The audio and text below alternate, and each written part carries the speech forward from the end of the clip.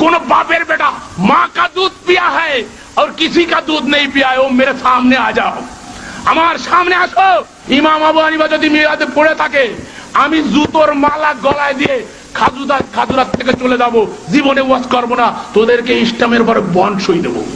I can challenge কোন বাপের বেটা, কোন মৌলভী সাহেব, কোন মুফতি আর মুহাদ্দিস যদি আমার মাইকের আওয়াজ শোনো, আমার কাছে আসো, তোমরা যে কাজগুলো ইমাম আবু হানিফার নামে করছো, আমি চ্যালেঞ্জ দিয়ে বলতে পারি, ইমাম আবু হানিফা ইমামে আজম রাহিমাহুমুল্লাহ মাথার তাজ মনে করি, জীবনে করেন নাই।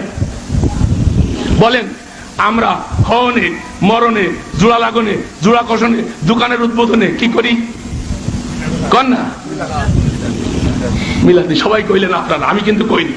দেখেন এই যে মিলাদ পড়ি আমরা, আমাদের সমাজে কিছু লোক আছে জীবনে নামাজ না পড়লেও মিলাদের সময় আনলি দেখবেন পকেটের থেকে স্যাত মুসার রুমাইল খান বাইর করে 3 কোনা বাস করে মাথায় দিয়ে টুপি না থাকলে মিলাদের মাহফিলে বসে বুঝতে চায় নামাজ পড়ি না, কিছু করি না, অন্তত মিলাদটা না পড়লি মুসলমানিয়া তো থাকে না, তো মুসলমানিয়া দেখানোর জন্য উনি মিলাদের মাহফিলে হাজির হয়। কি কথা ঠিক কিনা?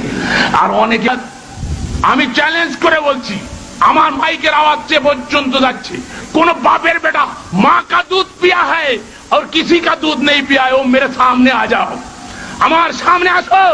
যদি মায়ের বুকের দুধ পান করে সত্য সন্তান হয়ে থাকো, তুমি প্রমাণ করে দাও ইমামে আজম মিলাদ পড়েছে।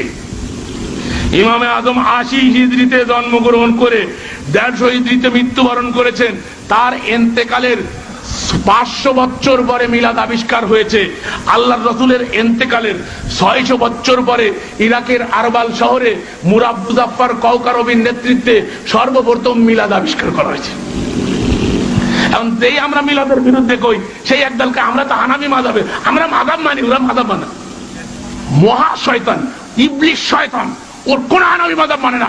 ইমাম আবু হানিফা জীবনে কোনোদিন মিলাদ পড়ে নাই। আই ক্যান চ্যালেঞ্জ ইনশাআল্লাহ।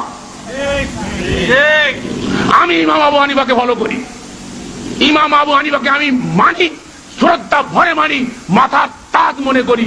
তুই যদি ইমাম আবু হানিফাকে মানিস, তাহলে আয় আমার সাথে স্লোগান দে, হাতে হাত দে, ইদা সাহাল হাদিস ফাহুয়া মাযহাবি, সহিহ হাদিস পাইলে এটা আমার মাযহাব। ইমাম আবু হানিফা যদি মিলাদে পড়ে থাকে, আমি জুতোর মালা গলায় দিয়ে খাজুরাত থেকে চলে যাব, জীবনে ওয়াজ করব না, তোদেরকে ইসলামের পরে বন্ড সই দেবো। কেন করো ইমাম আবু হানিফার নামে? তিজা করো, 40 করো, খতমে খাজানান করো, খতমে কুরআন করো, খতমে খতমে ইউজ বানাইছে না খতম, একটা খতম ইমাম আবু হানিফা পড়ে নাই। চ্যালেঞ্জ করলাম, চ্যালেঞ্জ, প্রত্যেকটা চ্যালেঞ্জ 100 মন ওজন দিয়ে করছি, 100% চ্যালেঞ্জ করে বলছি। কোন বাপের বেটা যদি থাকো, মাইকের আওয়াজ শুনতেছো, আমার কাছে আসো, আমার গলা থাকবে আর তোমার জুতো থাকবে। তুমি যদি দেখাইতে পারো, হিদায়াত দেখাও, কুদুরি দেখাও, কানজুদ দেখাও, কোন ফিকার গ্রন্থে, কোন হানাফি মাযহাবের ফিকাহ গ্রন্থে যদি মিলাদ প্রমাণ করতে পারো, আর তোমরা যা করতেছো এই তথাকথিত এই সমস্ত রসমাত ইমাম আবু হানিফা করছে। এই কুরআন খতম করে বেড়ায় না, একদল গলায় নিয়ে বেড়ায় কিনা? মনে রাখবেন, এই কুরআন বলে দেয় এটা কোনো খতমের কিতাব না, এটা কনস্টিটিউশন। একটু আগে শুনেছেন না? কনস্টিটিউশন মানে কি? সংবিধান। বাংলাদেশে একটা সংবিধান আছে না? এই সংবিধান সংসদ সদস্যরা সংবিধান কি ওই সংসদে বসে বসে খতম করে? আমি প্রশ্নের উত্তর সুযোগ দেবো, অবশ্যই সুযোগ দেবো, সুযোগ দেওয়া হবে। আমার ভুল হইতে পারে, আবার আপনার বুঝতেও ভুল হতে পারে, কি কথা ঠিক কিনা? আপনি একটু ধৈর্য ধরে শোনেন, হয়তো বা ক্লিয়ার হয়ে যাবেন, আর এরপরে যদি বাকি থাকে আমি শেষে উত্তর দেবো ইনশাআল্লাহ। তো এখন দেখেন, সংবিধান, বাংলাদেশের সংবিধান, আমাদেরকে লক্ষ্য করে, বাংলাদেশের সংবিধান 300 জন সদস্য আমাদের ভোট পেয়ে নির্বাচিত হয়ে তারা ওখানে যায়। আচ্ছা, এই সংবিধানটা বসে করে খতম করে ওখানে? করে না। তাহলে কোরআনটা কি সংবিধান কি না বলেন? এটা সংবিধান না? কার সংবিধান? আল্লাহর দিয়া সংবিধান, কনস্টিটিউশন, তাই তো? তো আল্লাহ এই কোরআনে বলছেন আফালা ইয়াতাদাব্বারুনাল কুরআন, তারা কোরআন নিয়ে কেন চিন্তা ভাবনা করে না? তারা কোরআন নিয়ে কেন গবেষণা করে না? তাদের অন্তরে কি তালা লাগিয়ে গেছে? আল্লাহ করছে। তাহলে বোঝা যাচ্ছে এটা গবেষণার জিনিস।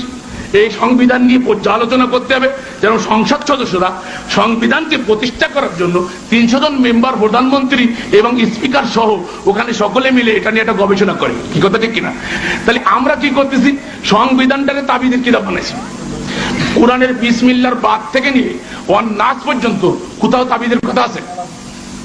বলেন, যারা কোরআন জানেন, হাফেজ সাহেব বলেন, আলেম সাহেব বলেন, কেউ বলতে পারেন কোরআনে কোথাও তাবিদের কথা আছে? নাই। তাহলে কোরআন যদি তাবিদের কথা না থাকে, তাহলে এই তাবিদের কিতাব বানাইছে কারা?